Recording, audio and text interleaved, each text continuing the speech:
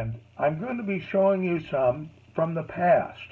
One of the things I've been involved with my fly tying career is setting up fly tying theaters and been involved with the many conclaves that fly fishing groups and clubs have over the country. And they really highlight tyers that you may not have ever met. And one of the best ones is one in Idaho, both the Western Idaho Expo and the Eastern Idaho Expo, which is in Idaho Falls. They've been doing these fly tying get-togethers for a long time. We're talking over 30 years. So I want to do some highlights from some that I filmed in 2009 and 2010. And you'll get a chance to meet some names you know, and maybe some names you didn't know. And one of the nice things about tying at these expos is all the excitement and sounds of people going around telling lots and lots of fly fishing stories. Most of them may be exaggerated. But one of the nice things about the theater is you get a chance to listen to the tyers talk about their experiences and answer questions. I think you're going to enjoy them. We're going to start this week with several. We'll try to give you the most information. And I know some of you are going to say, wow, you know, I don't know about the materials. Well, these are really uncut. So, you know, you do your best on figuring it out. But I think you're going to enjoy the interaction with the crowd and with the tyers. And really uncut and I think extremely fun. Let's get going.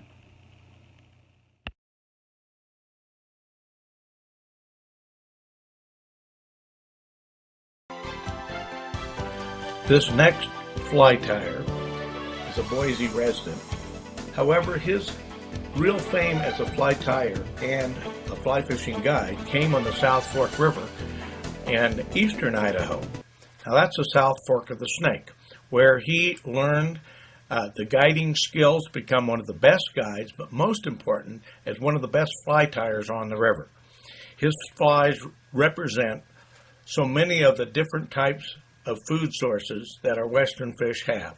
From the cicada that he's about to tie, to some of the other foam flies that, of course, inhabit our western rivers, imitating the stones and the hoppers, to the intricate of emergers. Ken Burkholder is the master tyer. His, of course, I guess everybody has their standard fly, and his fly, of course, is the club sandwich. Great name, great fly, but there's many more flies in Ken's repertoire than just the club sandwich. We're going to start off with a favorite of mine, the cicada. So I'm going to turn it over to Ken. Okay. Yeah, I'm Ken Burkholder from Boise, Idaho. And today I'll be tying a few flies that have proven themselves effective for me. I'm going to start right off today with a fly called the Burkada, which is a cicada pattern that I've developed. This is what it looks like right here. It has wings that are shaped like a cicada. I made these wings by using natural wings as a template on a Xerox machine, copying them, making a stamp, and there's my wing right there, and I'm going to tie that on. So let's get started here. I'm going to make a thread base with 3/0 unithread.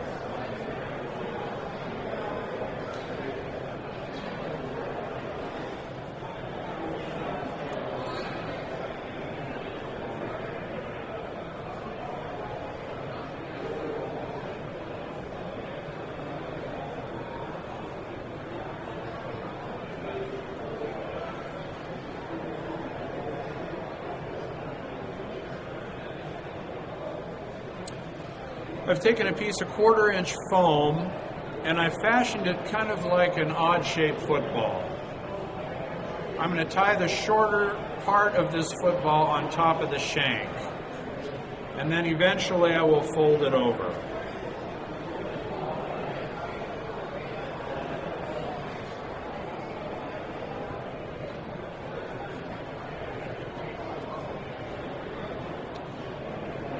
I'm going to make a nice bullet shape on this foam on top of the hook.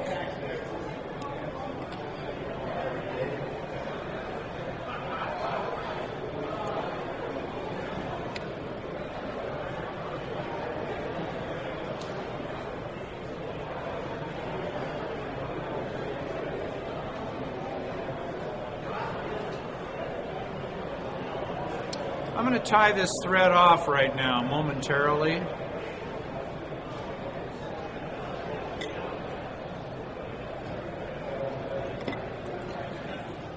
I want to make sure that my body is perfectly perpendicular to my hook. And I'm going to put a little super glue along the base here on the underside to keep it in place.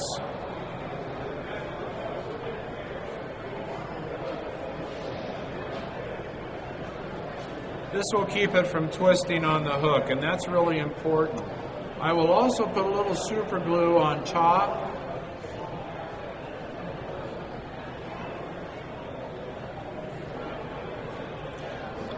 And then I will take it out of the vise and just let it dry.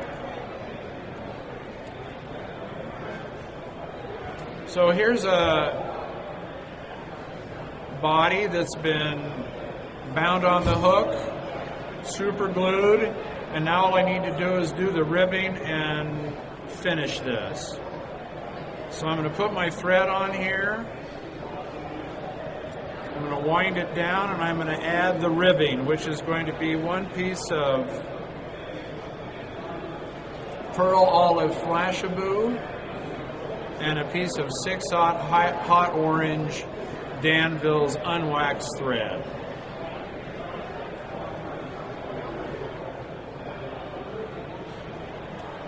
I'm going to bind them on the top of the fly and hold it just short of the end of the foam. That way it will start wrapping easily.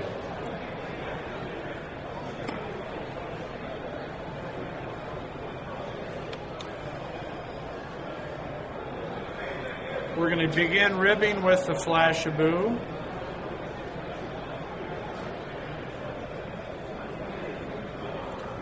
Just work it nice and evenly up to the head.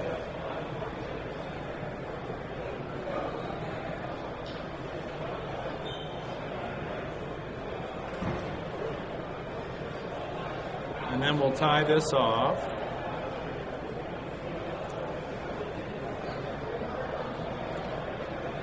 Then we're going to rib with the hot orange thread in between the flashabou segments.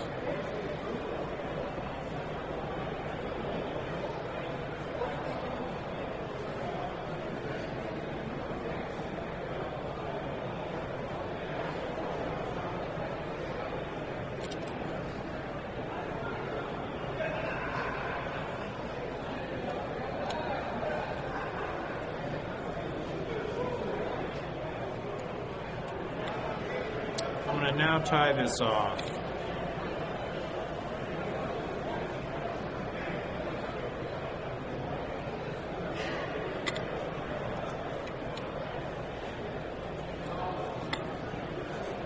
Behind, I'm going to start my thread right here at the point where I'm going to bind it down after I fold it over to form the head.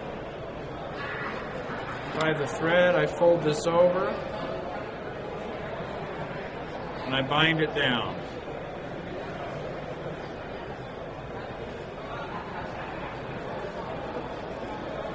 So there you have your head.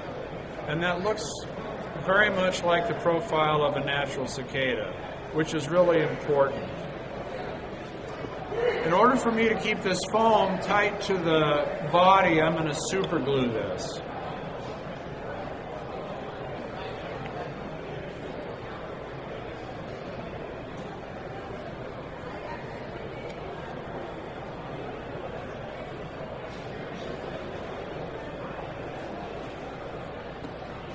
And press it and hold it down, and it will stay put. It won't go anywhere.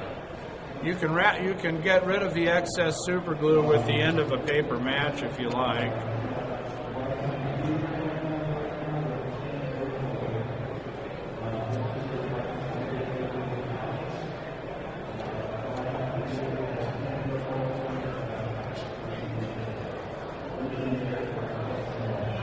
Okay, here's my wing that I have made. And we're going to fold this over and tie it on. Just like so.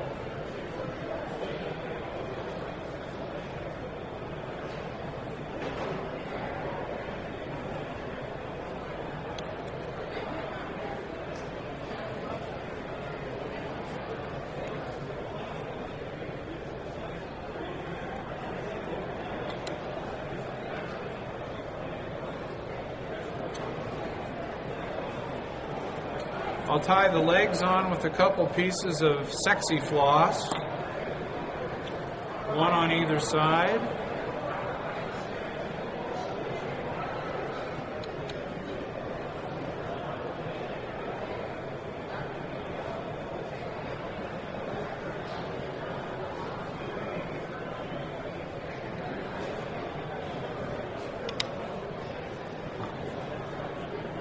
And then I'll tie it off.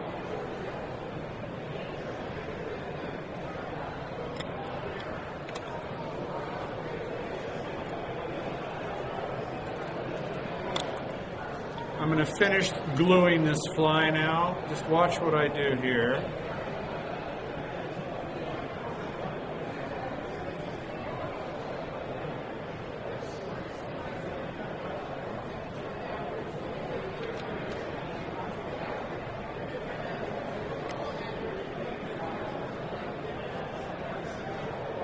I like super glue because it keeps everything in place. It won't fall apart. It just makes a really, really durable fly.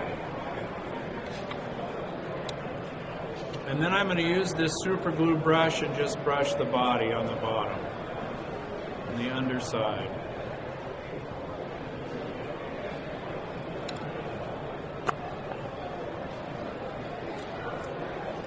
Then trim the legs.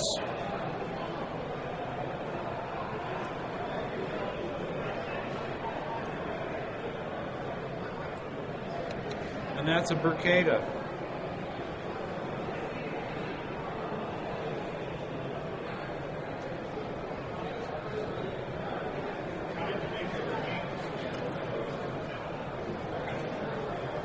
What I did is I took a pair of cicada wings from the insect, and I put them on a copying machine, and I made an outline of the wings on paper. Then I put them together in such a fashion. Can you see this? To where I can just cut this out and fold it over like a valentine.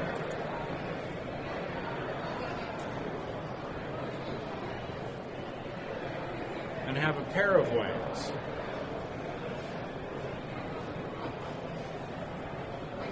It looks real.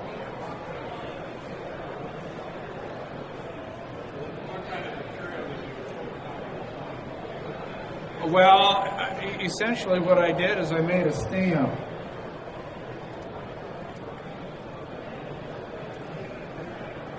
I made a rubber stamp out of the imprint from the paper that I made off the Xerox machine. Hold it down. Is that good? Can you see it? You see it?